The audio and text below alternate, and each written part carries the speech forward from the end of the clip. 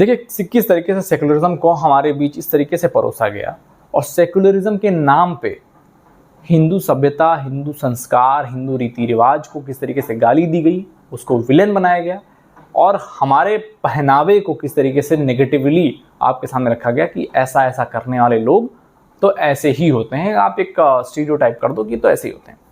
तो आपने पहले पुरानी मूवी में देखा होगा कि कैसे बड़ा गुंडा, माफिया, डॉन या कोई भी हो या बड़ा जमींदार जो नेगेटिव कैरेक्टर बहुत प्रताड़ित करता हो, वो किसी न किसी देवी का भक्त होगा या किसी न किसी समय समय पे मंदिर जाता होगा।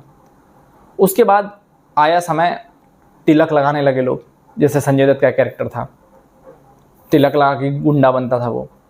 उसी कैरेक्टर को अब जो यहाँ 3 मूवियों का मैं रेफरेंस देने वाला हूँ जो कि लेटेस्ट की ही हैं, एक वेब सीरीज़ है और 2 मूवियाँ हैं और एक मूवी लेटेस्ट नहीं पुरानी लेकिन मानी जाएगी। खैर, तो गोलमाल पिक्चर जो है उसकी पहली पार्ट में एक कैरेक्टर है वसूली जो इंस्पायर्ड है संजय दत्त के उस कैरेक्टर से जो कि टीका लगाता है।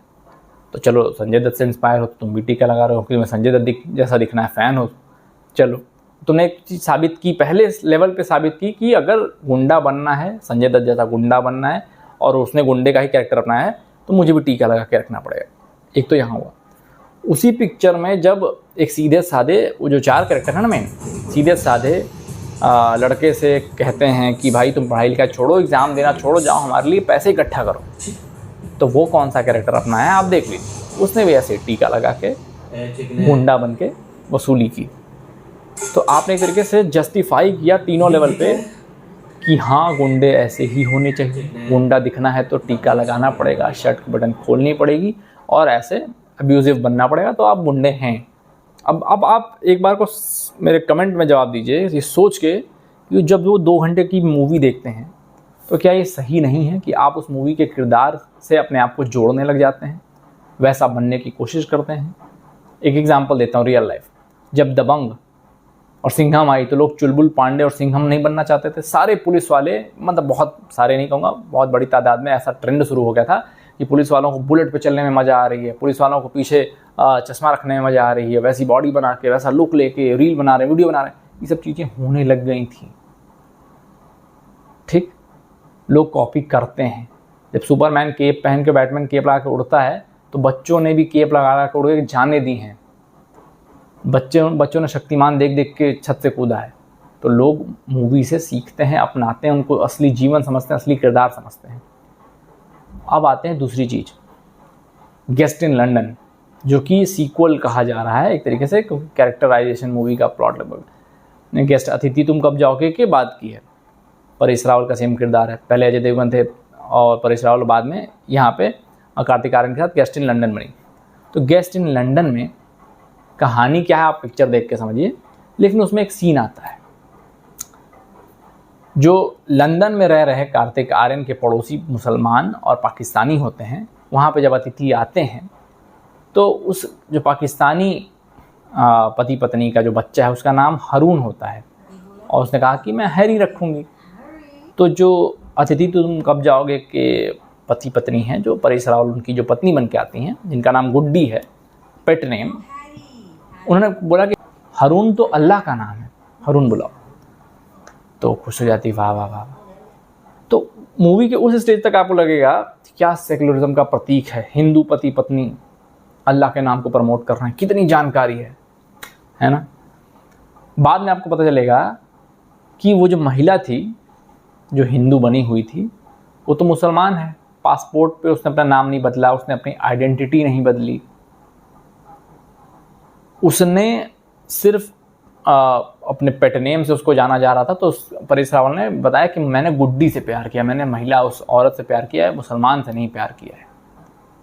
एक मैसेज दिया गया, आपको एक छवि ये दी गई कि गुड्डी जो कि हिंदू पति की हिंदू पत्नी है, जब तक आपको एंड में जाके नहीं पता चलेगा कि वो मुसलमान है, इसने नाम तक नहीं बदला।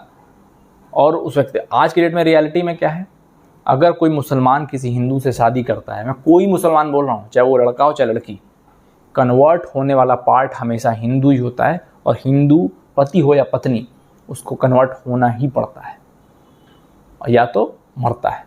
लड़का होगा तो परिवार वाले भाई मार देंगे, लड़की होगी तो फ्रिज में जाएगी या कन्वर्जन होगा। जिंदा रहने की यही शर्त है। तो रियलिटी से बिल्कुल विपरीत है। ये क्या मैसेज देने की कोशिश की जा रही थी, वो भी आज की डेट में 2022 में। अब तो 23 चल रहा है, मतलब मूवी 2022 की है। तीसरी एक वेब सीरीज़ है आर्या का सीज़न 2 के तीसरे एपिसोड में, जो सीज़न 2 अभी आया है 2023 में। आर्या के सीज़न 2 के तीसरे एपिसोड में मोस्टली उसमें जो खान साहब हैं, इंस्पेक्टर साहब, वो गे होते हैं। ये तो इस्लाम में भी स्वीकार नहीं है। और उनकी गे मैरिज एक हिंदू गे लड़के से हो रही है, ठीक है। और एक तो सेम सेक्स मैरिज इंडिया में आप जानते ही हैं कि अनएक्सेप्टेबल है, कल्चरली भी कैसे भी। हिंदू मुस्लिम मैरिज हो रही है, दोनों गे हैं। एक बार को कोई कह दे कि अरे यार क्या दिक्कत है, लड़का लड़की तो नहीं है, लव जिहाद तो नहीं हो रहा है। मैं कौन सा कह रहा हूँ लव जिहाद, लेकिन इससे आप प्रमोट क्या करना चाहते हो कि बहुत आम बात है। खैर ये तो कुछ ऐसे गिने चुने एग्जाम्पल थे जो जब मेरी नज़र में आ गए, मैंने उनको कंबाइन किया और आपके सामने रखने की कोशिश की कि इस तरीके से सिनेमा हमारे ऊपर एक ऐसी छवि छोड़ने की कोशिश कर रहा था और कभी कभी कर अभी भी देता है, जैसे हम ढीले पड़ते हैं। अब ये आपके ऊपर है कि आप तय करें कि आपका स्टैंड क्या है, आप कब कहाँ कितना विरोध करेंगे। तो वो चुप होंगे, वो कंट्रोल में रहेंगे, नियंत्रित रूप से काम करेंगे और अपनी आइडियोलॉजी, अपना नैरेटिव थोपने की कोशिश नहीं करेंगे और झूठे सेकुलरिज्म का घोल पिलाने के चक्कर में आपकी सभ्यता के साथ, आपके भावनाओं के साथ, धार्मिक भावनाओं के साथ खिलवाड़ नहीं करेंगे। सब आपके ऊपर है। अभी के लिए इतना ही। देखते रहिए द क्वेश्चन आवर भारत।